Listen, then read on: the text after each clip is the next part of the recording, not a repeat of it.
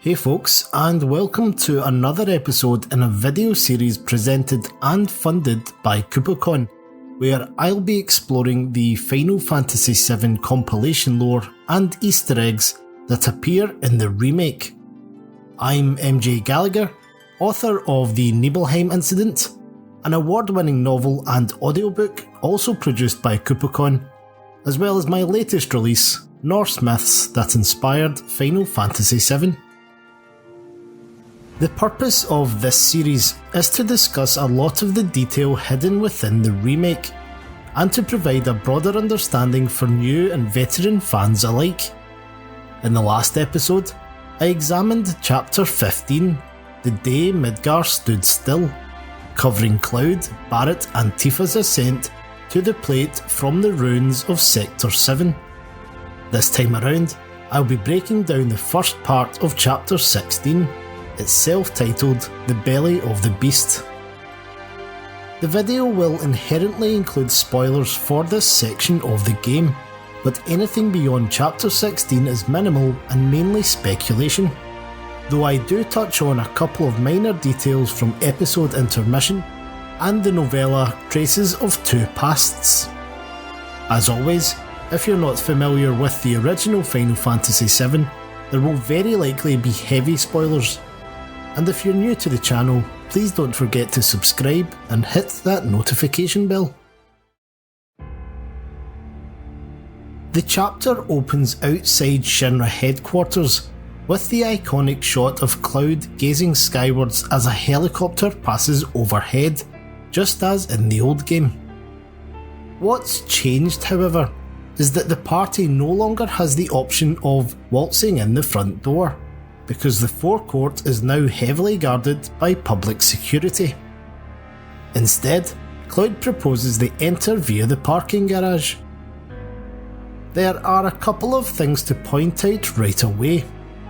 The first is that Cloud should already have a connection to this place.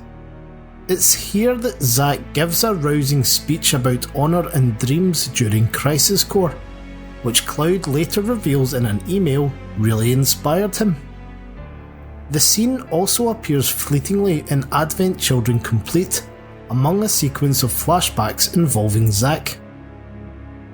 The second point follows on from this, in that Crisis Core heavily retconned Cloud's history with the Shinra building.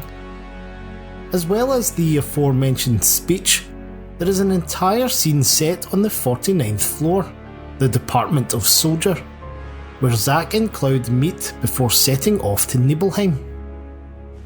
This directly contradicts dialogue in the old game, where Cloud tells the others he's never actually been to HQ. Remake does a good job of skipping over the subject entirely. Descending some nearby steps, the group discusses the heightened presence of the security forces. Cloud remarks that the volume of infantrymen is unlikely to be for them, but instead for Avalanche or Wutai. Just as I've highlighted in previous episodes, Barret uses this time to reinforce to the player that the war between Shinra and Wutai is not over, there's merely a ceasefire. The Avalanche Cloud is referring to is of course the wider organisation, or more specifically, the militant branch that appeared at the warehouse in Chapter 4, but I'll come back to that again in a later video. What's interesting about the Wutai comment though, is that Cloud and the others already know Shinra themselves are to blame for Sector 7's collapse, not Wutai, as the media has suggested. That said, as we see in episode intermission, two elite Wutai operatives, Yuffie and Sonon, did infiltrate the company's secret materia research facility 24 hours earlier. Many fans may have found the inclusion of the parking garage to be something entirely new to Remake, but it has featured in the compilation before, albeit off-screen. This is most prominent in Before Crisis, with Chapter 10 of that game even indicating where it's located, relative to Shinra HQ's main entrance. The garage also plays a role in the backstory of the male Rod character in Before Crisis, who was offered a job with the Turks after Reno stopped him from stealing a motorbike here. The bikes adjacent to the barrier in Remake might be a little nod to this. Another vehicle of interest is the Army Truck. A variant does regularly appear in Before Crisis, but these hulking wagons have been present since the original game, though we only ever got a look at the hold interior. That's right, the famous scene with Cloud and Sephiroth, and Zack, I guess, en route to Nibelheim, takes place in one of these trucks. More recently, Aerith's story in Kazushige Nojima's official novella, Traces of Two Pasts, has one featured briefly in the tale of her and Defalna's escape from Shinra HQ. Approximately 15 years ago, the Cetra pair were smuggled from the Research and Development Department by hiding in a cleaning trolley. They were brought down to this very loading bay by a staff member, Fuzz Hicks, before sneaking aboard one of the trucks. When Cloud, Tifa and Barrett arrive at the main atrium of the building, they take a moment to absorb its sheer scale.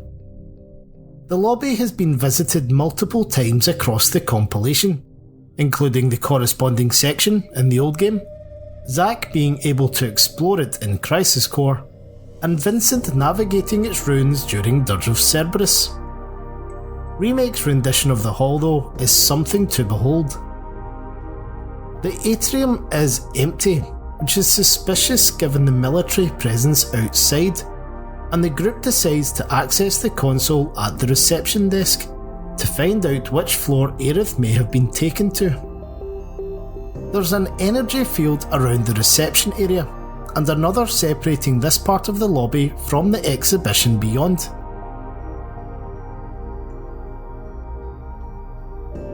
I'm not going to get into the deep lore stuff right now, but it's important to point out the hexagonal patterns shimmering on the energy fields.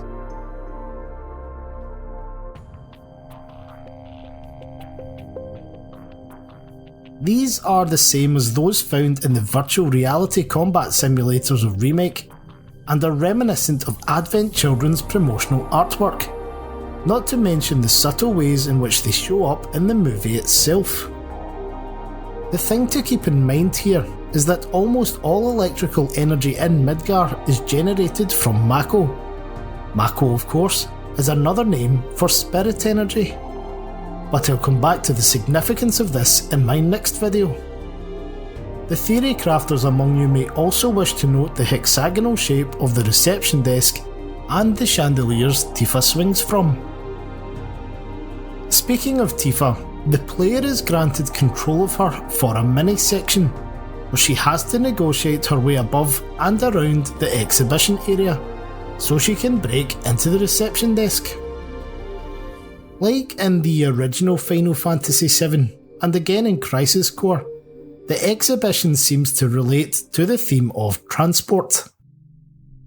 While the old game featured a variety of car models in this space, Crisis Core included iconic vehicles such as the Hardy Daytona motorcycle, the SA-37 pickup truck used by the party to escape Midgar in Final Fantasy VII, and even a picture of the Highwind airship.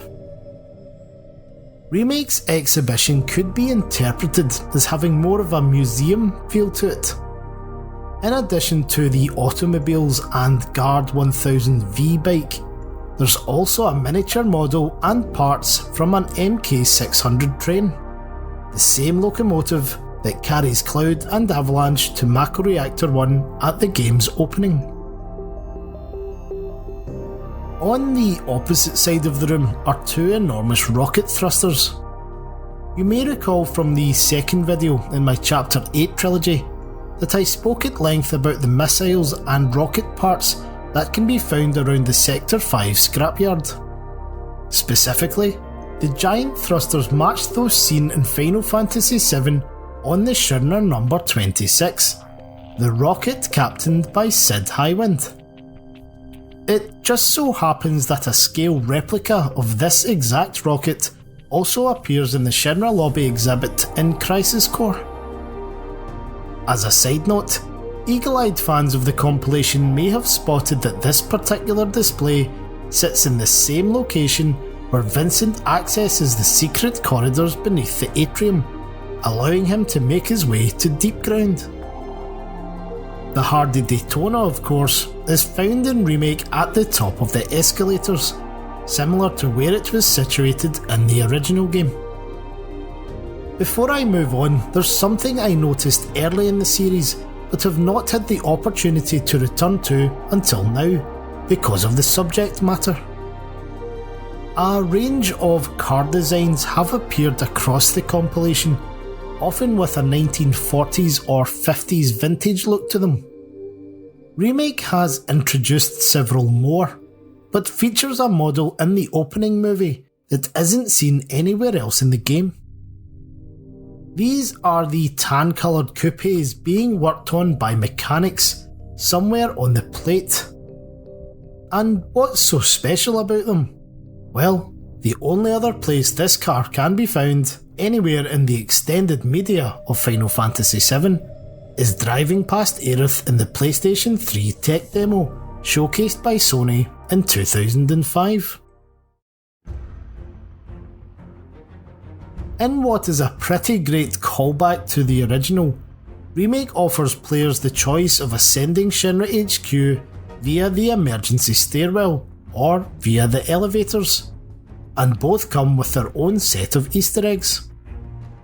In the old game, if the player chooses to fight their way through the lobby and take the lifts, they will set off the alarm and are forced to stop on random floors to do battle with enemies. This happens 3 times.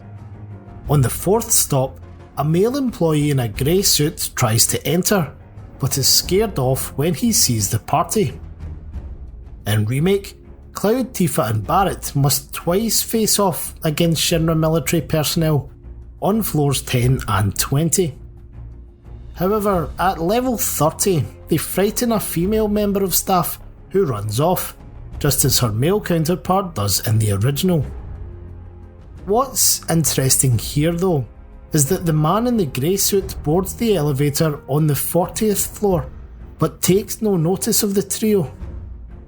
While this might seem unrealistic at first, it's important to keep in mind that the Advanced Weaponry Division is on the 45th floor, while the Public Security Division is on the 50th.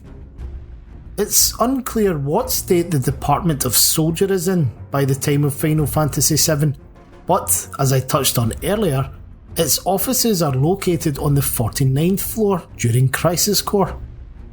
As such, it's likely the man in the grey suit is accustomed to seeing both soldiers and weapons like the gun on Barrett's arm, so the party wouldn't necessarily seem out of place. Admittedly, the next piece of trivia is a bit obscure, but this is also not the first time the 45th floor has appeared in the compilation. To coincide with the release of Crisis Core, a special episode of Before Crisis gave players the opportunity to control Reno. The chapter, set at the same time Zack is defending Shinra HQ from malfunctioning weapons and the G-Army, begins with Reno and Rude patrolling the Science Department's archives on the 45th floor, tracking down a thief who has stolen top secret documents regarding Soldier. The thief is later revealed to be Professor Hollander. As an alternative to the elevators, the player can climb the emergency stairwell. The corresponding section in the old game was notorious among Final Fantasy VII fans for being both tedious and containing some non-PC dialogue. Both elements have been addressed in Remake by changing up the conversation and introducing the novelty of the characters tiring as they ascend, making Cloud more difficult to control. While we're on the topic of dialogue, there's another abstract Easter egg here that relates to one of the floors. As the characters climb, the level they are on appears beside their name on the bottom right corner of the screen. When Barrett approaches the 49th floor, he will say the following: "Worst route ever. Gimme a suicidal last stand. At least that'd have an end." I've already mentioned that the 49th floor features heavily in Crisis Core as the Department of Soldier. The protagonist of Crisis Core is of course Zack Fair, who is best known to Final Fantasy VII fans as the man who sacrificed his life to save Cloud, with his so-called last stand taking place on a bluff outside Midgar. While not absolutely explicit, Crisis Core heavily implies the Office of Soldiers Director Lazar Jusericus is situated on level 50. When Lazar betrays the company, Heidegger takes over the Soldier Department, as well as preserving his role as the head of the Security Division.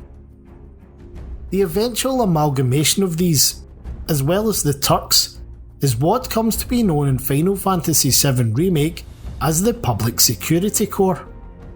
This would explain why the 50th floor now belongs to the latter. Something that many fans may not be aware of is that you can trigger additional dialogue at certain times during the stairwell climb by retracing your steps. One of these exchanges has Barrett ask Cloud about Tifa's parents, as the only thing she has told Barrett is that they're dead. Cloud responds by saying, "If you want to know more, ask her yourself." This is another great example of how Remake's writing addresses some minor plot points without disrupting the story. On the surface, it would seem obvious that Cloud knows Tifa's parents have both passed away, because her mother died during their childhood, and her father was killed by Sephiroth. However, the subject of the Nibelheim incident hasn't come up yet, so, as far as Tifa is concerned, Cloud has no knowledge of the details, because she is unaware he was present. In short, Cloud's response to Barrett here both acknowledges the plot hole and prevents more awkward questions being asked. Before Cloud, Barrett and Tifa proceed into the Skyview Hall on the 59th floor, we are treated to a cutscene featuring Scarlett, Director of Advanced Weaponry, and it's actually quite lore heavy. The scene is set in a materia research facility located on level B13 of the Shinra building. Fans familiar with the structure of HQ will of course have realised that this places the facility somewhere within Midgar's central pillar. As I mentioned in the last video, the facility plays a significant role in Remake's PlayStation 5 DLC, Episode Intermission, where it is infiltrated by Yuffie and Sonon. For that reason, I'll be supplementing this section with footage from Chapter 2 of the DLC, so please beware of minor spoilers. The scene with Scarlett also isn't the first time Shinra HQ's basement levels have appeared in the compilation. Vincent visits a similar area in Dirge of Cerberus during his descent into Deepground. He even passes through rooms in one part of the facility filled with display cabinets of materia, both synthetic and natural. I'll begin by highlighting the materia orbs in the tank, with the researcher reporting the increasing percentage levels of Mako supersaturation. This may be a callback to the researchers of the materia fusion process as it occurs in Crisis Core. On a side note, according to the compilation, the majority of the planet's materia has been created in Shinra laboratories.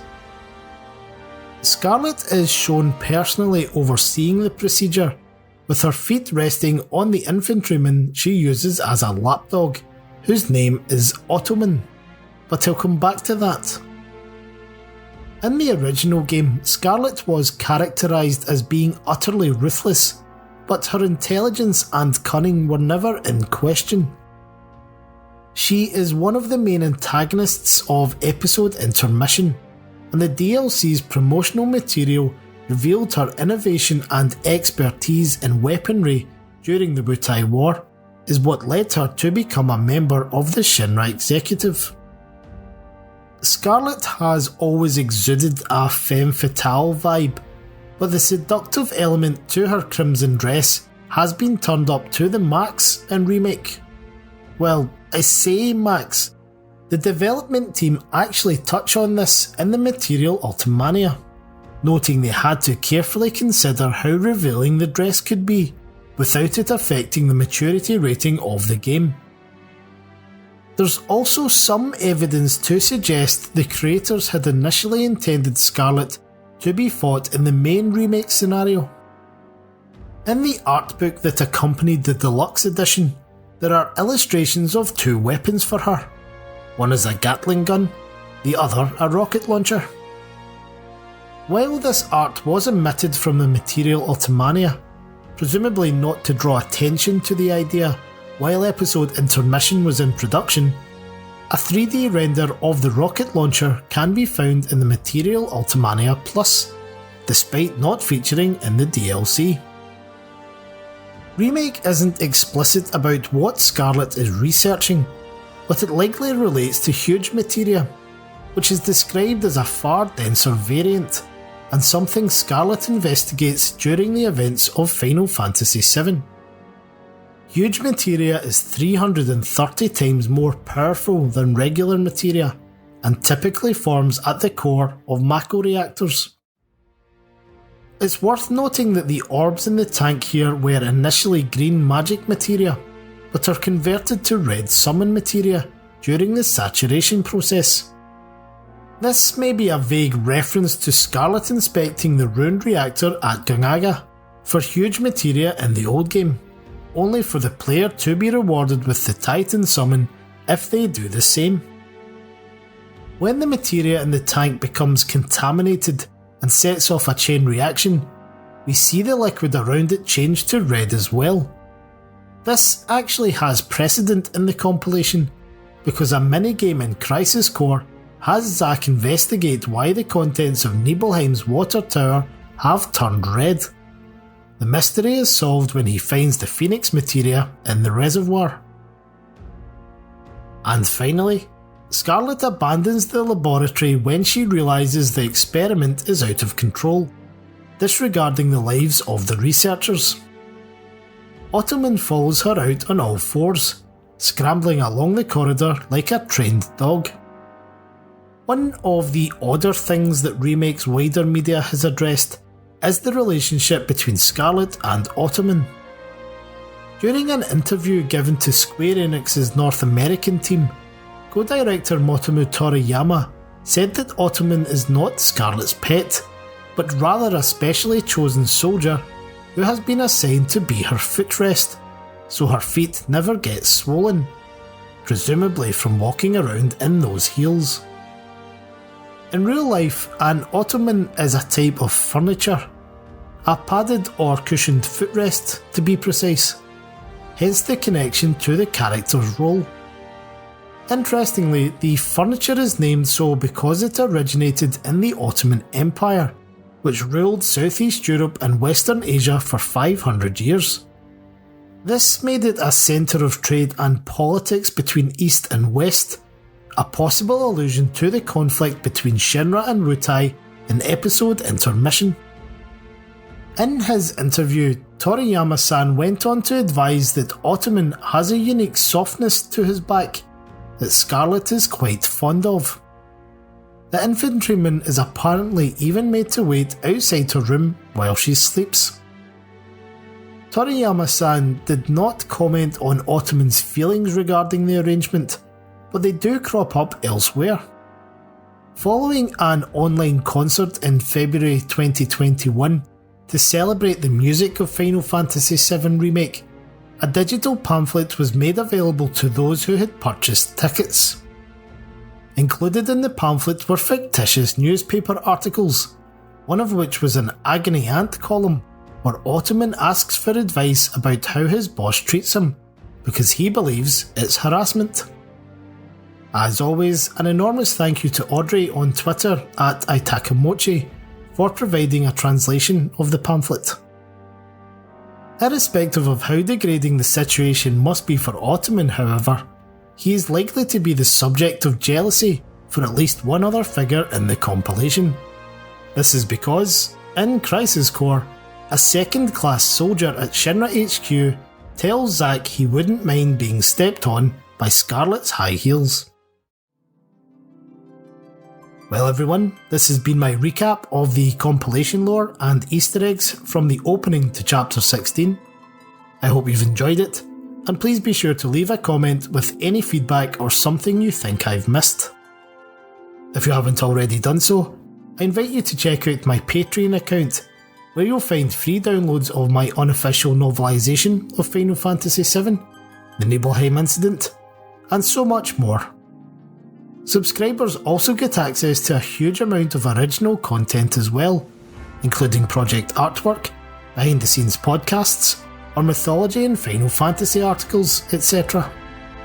And please consider picking up a copy of my book Norse Myths That Inspired Final Fantasy VII, which is now also available as a special edition hardback.